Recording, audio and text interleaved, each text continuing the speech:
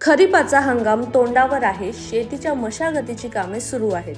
अशातच शेतकऱ्यांना डिझेलसाठी कॅन घेऊन वणवण फिरावे लागते.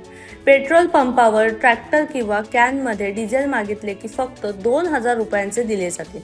त्याउलट ठेकेदारांना मात्र 5,000, 10,000 किंवा त्यापेक्षा कितीतरी जास्त दिले जाते. त्यांना कुठलीच लिमिट नाही. परंतु रोडची कामे थांबली तर काही फरक पडत नाही. त्यामुळे जिल्ह्यातील रोडच्या कामाला जाणारे डिझेल शेती कामासाठी द्यावे.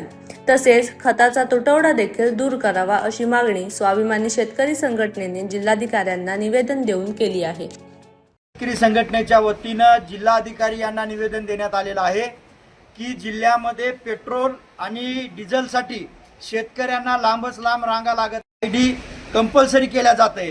मात्र समृद्धी महामार्ग आणि बायपासचे जे वाहन आहेत त्यांच्यासाठी टँकरच्या टँकर भरून डिझेल चाललंय. त्यांना मात्र कुठले नियम नाहीत.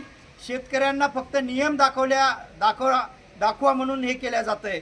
तर हे सगळं बाजूला ठेवून कोणत्याही तालुक्यामध्ये 4-2 पंप असे करा जे शेतकऱ्यांसाठी शेतीसाठी डिझेल त्यातला आरक्षित करा. आणि दुसरी गोष्ट, आता पेरणी तोंडावर आहे. मोंढ्यामध्ये शेतकरी खतासाठी गेलेला असताना व्यापाऱ्याच्या दुकानात गोदामात खत असून सुद्धा त्यांना खत दिल्या जात नाही.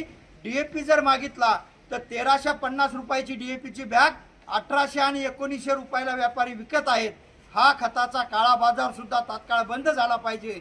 शेतकऱ्यांना डिझेल आणि खत तात्काळ उपलब्ध करून द्या. अन्यथा स्वाभिमानी शेतकरी संघटना संपूर्ण जिल्ह्यामध्ये चक्काजाम आंदोलन केल्याशिवाय थांबणार नाही. हा इशारा आम्ही जिल्हाधिकाऱ्यांना आज दिलेला आहे.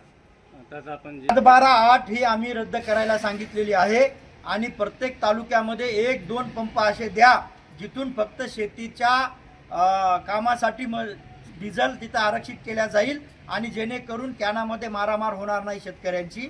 असं करू नका. असं जर झालं नाही, ह्या 8 दिवसामध्ये जर त्याचं नियोजन झालं नाही तर 8व्या दिवशी स्वाभिमानी शेतकरी संघटना संपूर्ण जिल्ह्यात चक्काजाम आंदोलन केल्याशिवाय राहणार नाही.